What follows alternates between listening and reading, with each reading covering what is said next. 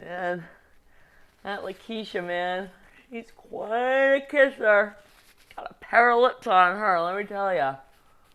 How the hell did that get down there?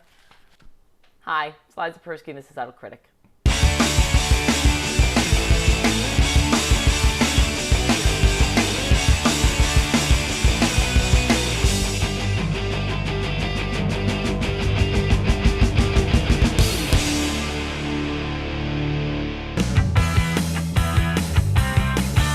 It's John Bon Jovi week, everybody. No wonder traffic's so bad.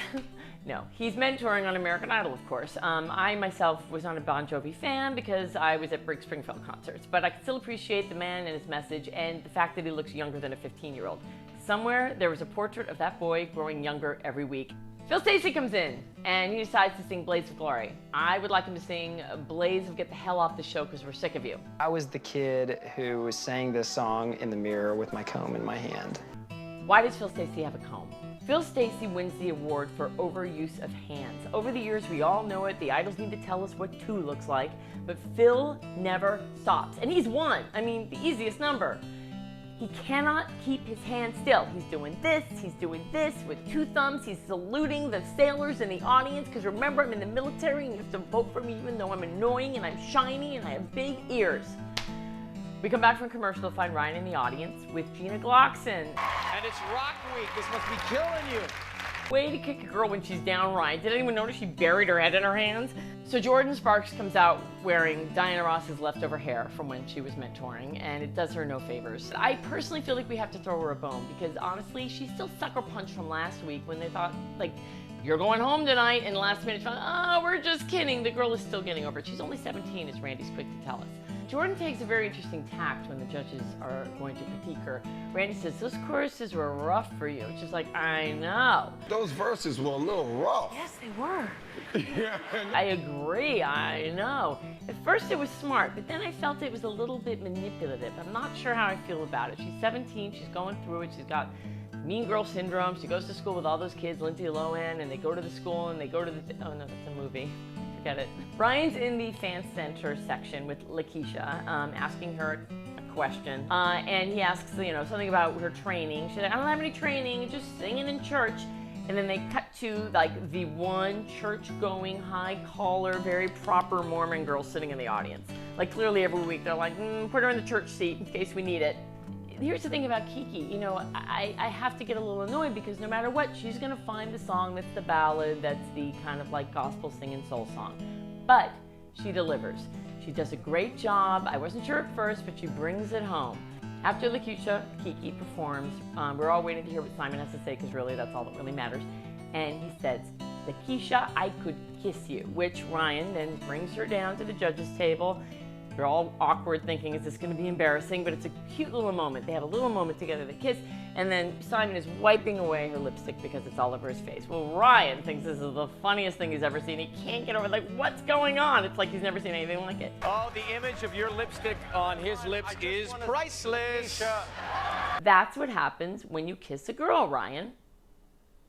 Blake comes in. He starts by pulling out a record. He simulates with his little weird like sound effects mouth. And I also want to say that it's a little loud. I don't know where this kid grew up, but it's very loud in his house. Let's see, I'm going to demonstrate how loud is it to take a record out of the album. Ready, everybody? Ready? Zibbiday. Ready? Listen. Not loud. But then again, who am I? I'm a grown woman with a Debbie Gibson album.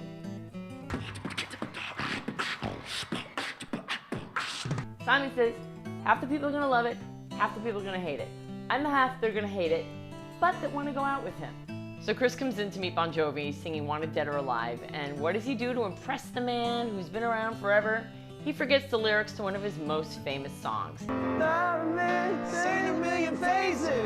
then Bon Jovi's sitting there trying to help him out, and Chris goes, at the end, is there anything maybe you could recommend to help me with my performance? And Bon Jovi's like, yeah, I don't know, maybe download this tune from iTunes and learn it before you come in here and make an ass out of yourself? Here's the problem with Melinda. To sing rock, you need to be angry. As we all know, Melinda hasn't had an angry day in her entire life. And what song does she pick to sing? Have a Nice Day. I feel like 29 years of anger came out of Melinda in that very much. She's like, Mother, I'm pissed. I'm pissed. She does her thing, and at the very last moment, she's like, have a nice day. And she turns around, and then the next thing you see, she's like, was I pissed enough? Have a nice day. So it's the end of another Idol, and we're all happy. We've seen everybody sing. We're lulled into a false sense of security. We know next coming up is Phil reminding us what one looks like. And then Ryan informs us that somebody wants to give a special thank you for all the money that was raised last week. We thank all the American Idol viewers who have shown the good heart of America. Acting from a script that it was from like the 1950s Laugh-In. All I can say is I think I have a new nominee for Vote for the Worst. Sanjaya, you're out. Bush, you're in. And then out, God willing.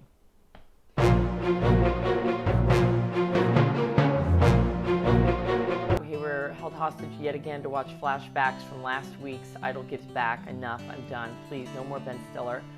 I think the most important thing that we need to talk about tonight, very, very quickly, is Robin Thicke.